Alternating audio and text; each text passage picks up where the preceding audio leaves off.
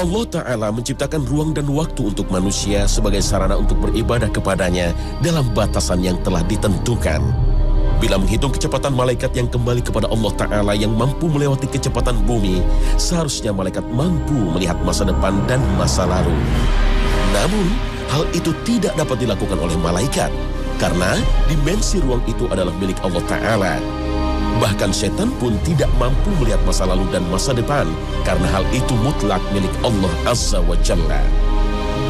Dan sesungguhnya kami dahulu dapat menduduki beberapa tempat di langit itu untuk mendengar-dengarkan berita-beritanya. Tetapi sekarang barang siapa yang mencoba mendengar-dengarkan seperti itu, tentu akan menjumpai panah api yang mengintai untuk membakarnya. Al-Quran, Surah Al-Jin, ayat 9.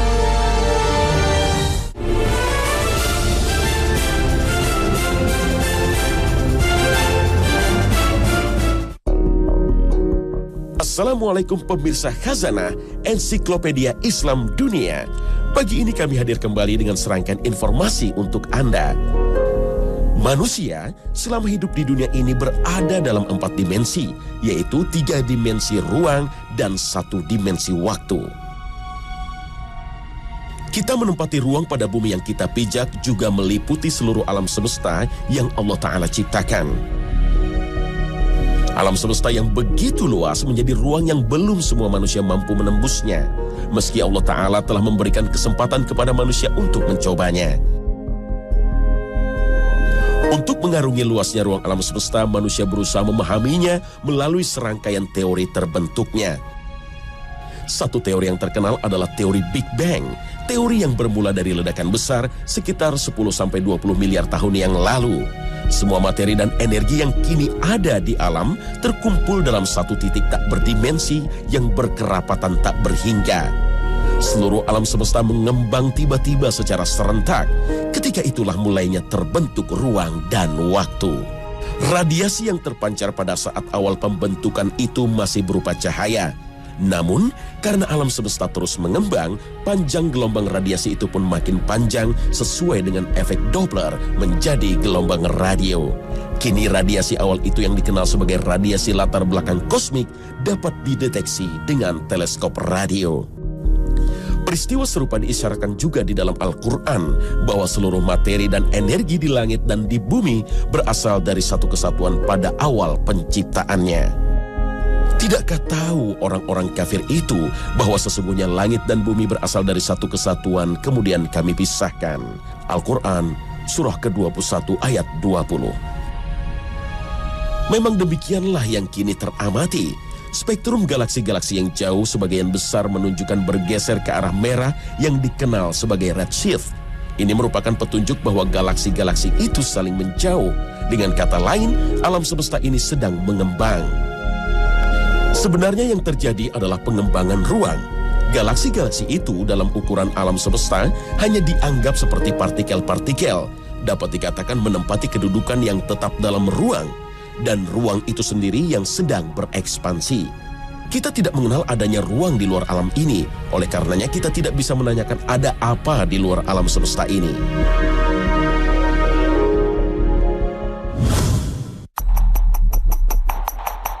Waktu adalah seluruh rangkaian saat yang telah berlalu, sekarang, dan yang akan datang.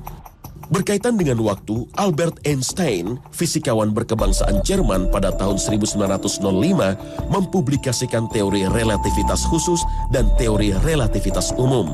Teori relativitas itu dirumuskannya sebagai E sama dengan mc². Rumus teori relativitas yang begitu populer itu menyatakan kecepatan cahaya adalah konstan.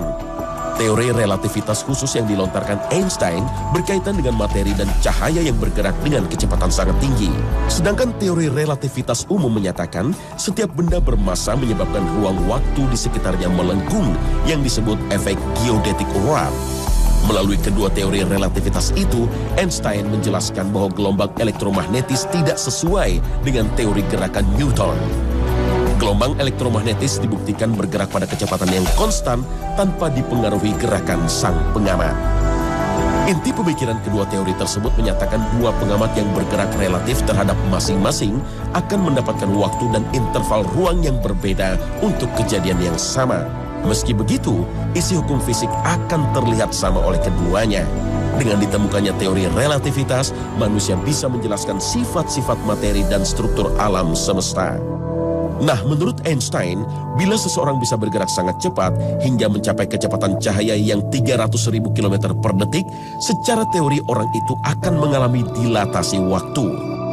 Dia akan mengalami waktu yang lebih lambat dari orang-orang yang diam di suatu tempat. Ilustrasinya, seandainya ada sepasang anak kembar dipisahkan, seorang menjadi astronot diterbangkan dengan roket berkecepatan tinggi menjelajahi galaksi dan kembali ke bumi, sementara saudara kembarnya tinggal di bumi. Meskipun kecepatan roket mendekati kecepatan cahaya, butuh 10.000 tahun bagi astronot itu menjelajah galaksi dan kembali ke titik tertentu di bumi. Karena geraknya relatif tinggi, usia astronot itu lebih lama ketimbang orang lain yang tinggal di bumi. Astronot akan kembali ke bumi hanya lebih tua beberapa tahun dari waktu ia meluncur. Sementara itu, saudara kembarnya sudah lama meninggal. Prediksi melambatnya waktu juga konon diuji lewat serangkaian percobaan, menerbangkan jam-jam atomik mengelilingi bumi dengan pesawat jet. Maka bila seseorang terbang dengan pesawat mengelilingi bumi ke arah timur, dia akan lebih muda 59 nanodetik dibandingkan dia tetap berada di rumah. 1100 tahun sebelum Einstein mencetuskan teori relativitas, ilmuwan muslim di abad ke-9 Masehi, Al-Kindi, telah meletakkan dasar-dasar teori relativitas. Dalam Al-Falsafah Al-Ula, ilmuwan bernama lengkap Yusuf Ibnu Ishaq Al-Kindi itu menyatakan fisik bumi dan seluruh fenomena fisik adalah relatif. Relativitas adalah esensi dari hukum eksistensi. Waktu, ruang, gerakan, benda, semuanya relatif dan tidak absolut. Waktu hanya eksis dengan gerakan. Jika ada sebuah benda, di sana perlu gerakan. Gagasan yang dilontarkan Al-Kindi itu sangat sama dengan apa yang diungkapkan Einstein dalam teori relativitas umum. Menurut Al-Kindi, benda, waktu, gerakan, dan ruang tak hanya relatif terhadap satu sama lain, namun juga ke objek lainnya dan pengamat yang memantau mereka. Al-Kindi mencontohkan seseorang yang melihat sebuah objek yang ukurannya lebih kecil atau lebih besar menurut pergerakan vertikal antara bumi dan langit. Jika orang itu naik ke atas langit, dia melihat pohon-pohon lebih kecil. Jika dia bergerak ke bumi, dia melihat pohon-pohon itu jadi lebih besar. Meski setiap individu manusia tak terbatas dalam jumlah dan keberlangsungan, mereka terbatas dalam waktu, gerakan, dan ruang. Eksistensi dunia ini terbatas, meskipun eksistensi tak terbatas. Seperti halnya keberadaan Allah Subhanahu wa Ta'ala yang tak terbatas ruang dan waktu. Dengan teori itu, Al-Kindi tak hanya mencoba menjelaskan seluruh fenomena fisik, namun membuktikan eksistensi Tuhan, karena itu adalah konsekuensi logis dari teorinya.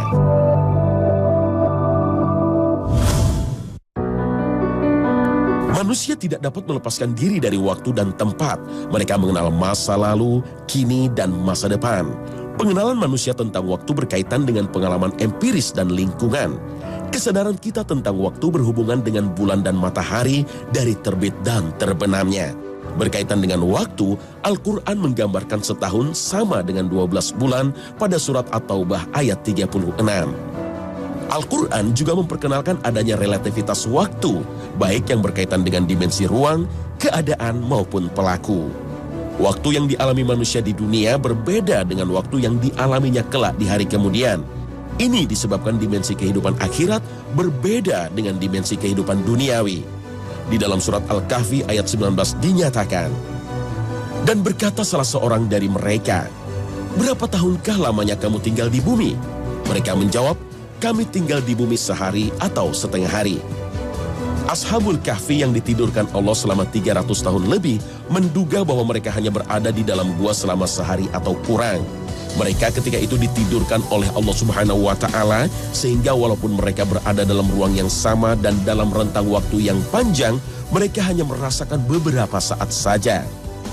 Waktu yang ditempuh oleh malaikat menghadap Allah Subhanahu wa Ta'ala juga memiliki relativitas waktu.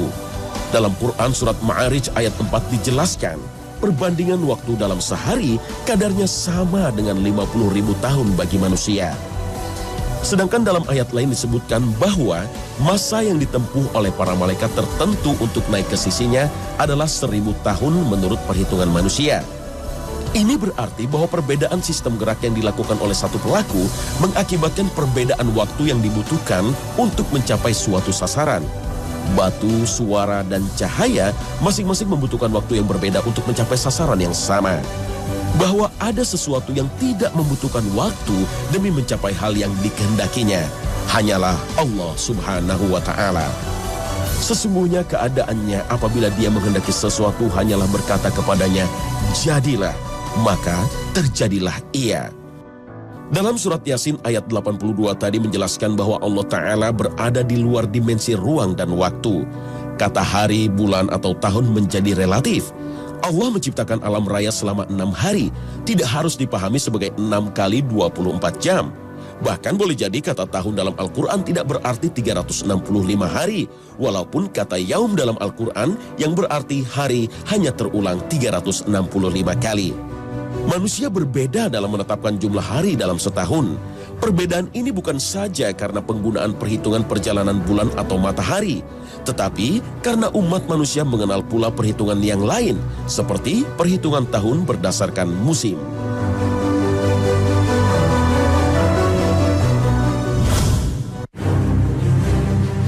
Bila perjalanan menuju masa depan sangat mungkin, bagaimana dengan kembali ke waktu masa lalu? Setidaknya ada 3 teori yang hingga saat ini masih berupa hitung-hitungan di atas kertas, belum sampai tingkat pembuktian. Yang pertama, perkiraan adanya wormhole. Menurut batas fisika modern adalah bagian dari alam semesta yang bisa digunakan sebagai jalan pintas perjalanan yang amat jauh. Fenomena alam ini secara teoritis merupakan lorong magnetik yang di dalamnya memiliki gravitasi kuat yang mampu menarik apapun yang masuk ke dalamnya dan kemudian mendorongnya ke ujung lorong yang lain hanya dalam beberapa saat. Ujung lorong lain ini adalah pintu dari alam semesta yang paralel dengan kita, atau bisa juga alam semesta dari galaksi lain. Sejumlah ahli fisika terkemuka pernah berasumsi kuatnya gravitasi wormhole sudah cukup membuat moda transportasi yang tak terlalu canggih mampu melaju dengan kecepatan di atas kecepatan cahaya. Namun, keberadaan wormhole belum terpecahkan. Para ahli astrofisika hingga saat ini baru sebatas mengetahui konstruksi teoritisnya. Teori lain adalah adanya dimensi keempat, merupakan pembengkokan ruang waktu. Hal ini bisa membuat objek bergerak pada jalur melengkung. Teori dimensi keempat ini masih ada hubungannya dengan lubang cacing atau wormhole. Teori lain adalah cosmic string, yakni semacam tabung energi yang membentang di seluruh alam semesta yang terus berkembang. Daerah-daerah di sisa dari kosmos awal diperkirakan mengandung sejumlah besar massa dan karenanya dapat menggulung ruang waktu di sekitar mereka. String kosmik terjadi terus berulang karena alam semesta terus berkembang. Pendekatan 2 string yang bergerak sejajar satu sama lain akan membengkokkan ruang waktu begitu keras hingga memungkinkan seseorang bisa membuat perjalanan waktu. Teori ini dikemukakan oleh G. Richard Gart, fisikawan dari Princeton University. Kesimpulan yang sama di mata para ilmuwan, bahwa perjalanan waktu adalah mungkin sepanjang manusia melompat ke masa depan dan tidak ke masa lalu. Karena hukum aksi reaksi masih berlaku di alam semesta, suatu perbuatan di suatu waktu akan berpengaruh di masa berikutnya. Bahwa waktu berjalan semakin lambat saat kita bisa mendekati kecepatan cahaya. Namun, kecepatan cahaya bukan satu-satunya cara untuk menembus waktu. Bila menghitung kecepatan malaikat yang kembali kepada Allah Ta'ala yang mampu melewati kecepatan bumi, seharusnya malaikat mampu melihat masa depan dan masa lalu. Namun, hal itu tidak dapat dilakukan oleh malaikat. Karena dimensi ruang itu adalah milik Allah Ta'ala dan merupakan masalah gaib. Bahkan setan pun tidak mampu melihat masa lalu dan masa depan.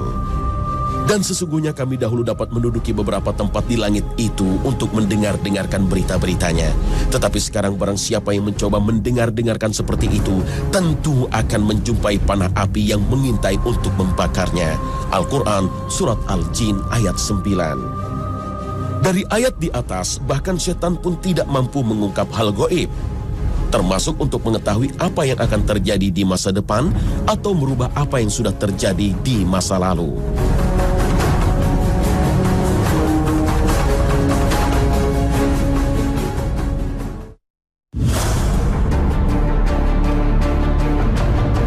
Secara bahasa, waktu dalam Al-Quran juga memiliki beberapa makna, di antaranya ajal, untuk menunjukkan waktu berakhirnya sesuatu. Dahar digunakan untuk menunjukkan masa yang dilalui alam raya dan kehidupan. Waqt digunakan dalam arti batas akhir kesempatan atau peluang untuk menyelesaikan suatu peristiwa. Dan asr diartikan sebagai masa secara mutlak.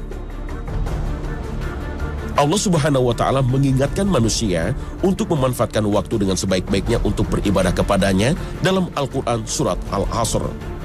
Demi masa, sesungguhnya manusia itu benar-benar dalam kerugian, kecuali orang-orang yang beriman dan mengerjakan amal soleh, dan nasihat menasihati supaya mentaati kebenaran, dan nasihat menasihati supaya menetapi kesabaran.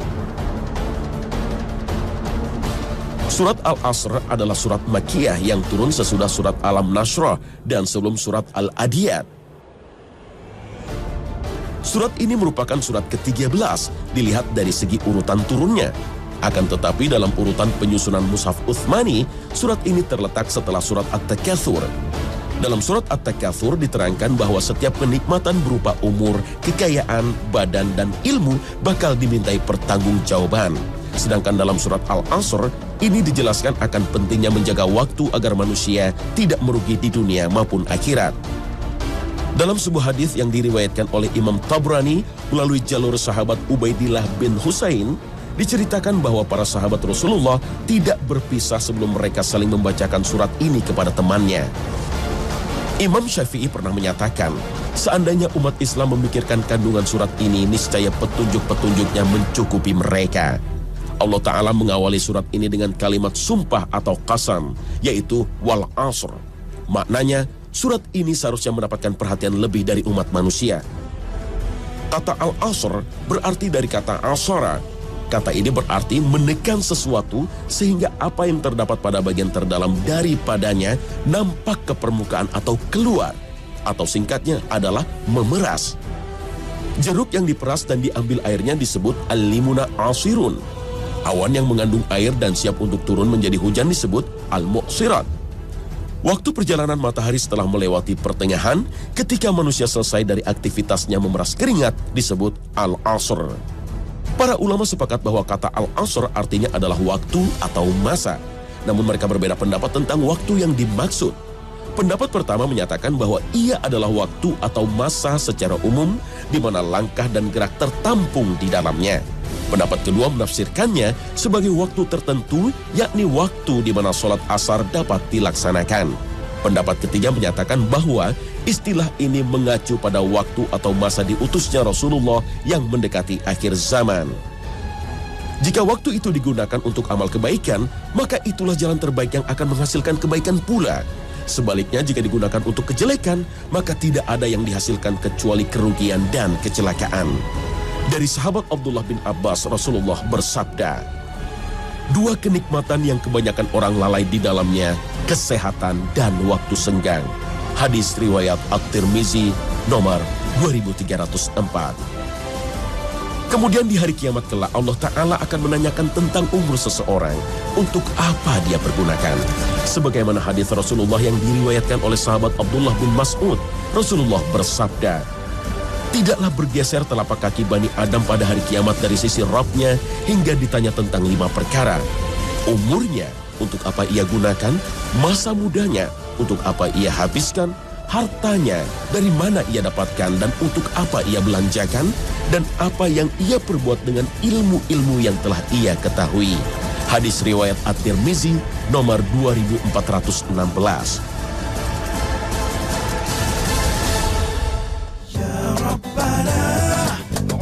Nah, pemirsa setia Khazanah, berakhir sudah kebersamaan kita pagi ini. Barang siapa yang hari ini lebih baik dari hari kemarin, dialah orang yang beruntung. Barang siapa yang hari ini sama dengan hari kemarin, maka dia orang yang merugi. Dan barang siapa yang hari ini lebih buruk dari hari kemarin, maka dialah orang yang celaka. Semoga Anda bisa memetik hikmah yang terbaik. Wassalamualaikum warahmatullahi wabarakatuh.